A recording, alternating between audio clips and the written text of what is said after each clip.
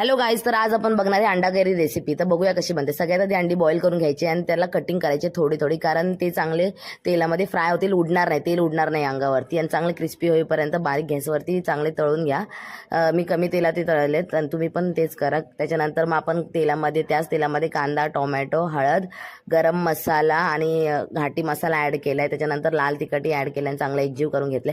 आणि ह्याच्यानंतर आपण ॲड केल्याच्यात वाटणामध्ये आहे खोबरं, कांदा आणि लसूण, याचं चांगलं वाटण करून घेतले भाजून, आणि हे चांगलं एकजीव तेल सुटेपर्यंत भाजायचं आहे। आणि ह्याच्यानंतर अंडी जी तळली ती ॲड करायची आणि चांगलं एकजीव करून घ्यायचं आहे मिक्स। तुम्हाला ज्या नुसार थिकनेस पाहिजे तेवढं पाणी ॲड करा। आणि ह्याच्यानंतर मेन इन्ग्रेडियंट आहे, ह्याच्यात कच्चं अंडं टाकायचं आहे फोडून, ह्याच्याने थिकनेस छान होतो, घट्ट होतं कालवण आणि टेस्ट खूप छान येते। ह्याच्यानंतर मी ॲड केले कसुरी मेथी आणि चिकन बिर्याणी मसाला ॲड केला, चिकन मसाला, आणि चांगलं बॉईल व्हायला दिलं। अशा प्रकारे आपला अंडा करी तयार आहे आणि मी सर्व केले राईससोबत, तुम्ही रोटीसोबतही सर्व करू शकता।